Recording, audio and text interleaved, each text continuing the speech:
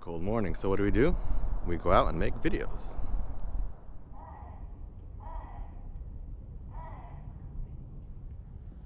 Maybe to other places, to other people, this is not cold, but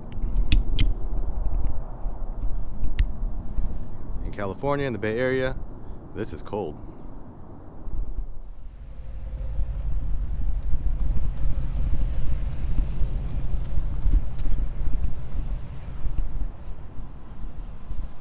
I think it's good.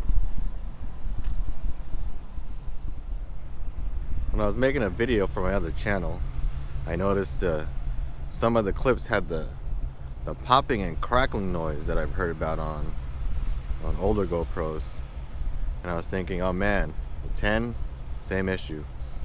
But from my readings, I think, and from my observations, I think it's from the adapter, 3.5 to USB-C to connect the external mic to the GoPro.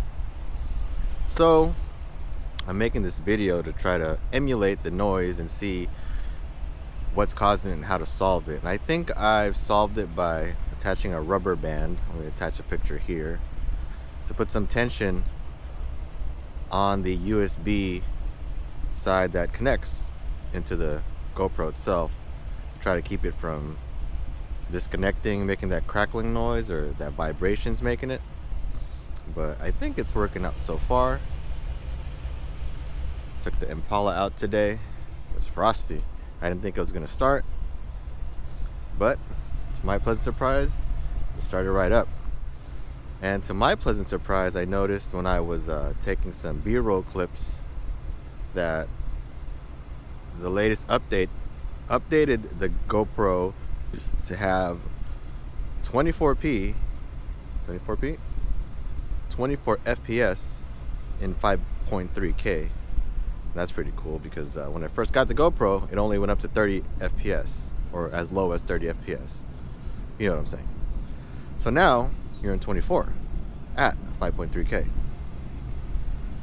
Does it look any better? I don't know. Just trying it out. Hopefully the issue with the audio popping, clipping noise is resolved. We can have reliable footage taken. Because I would have stuck on the other channel taking videos of better things than this outdoor studio, just to find out later that there was no audio or terrible audio. So we'll see how it works. Thanks for watching. Catch you on the next one.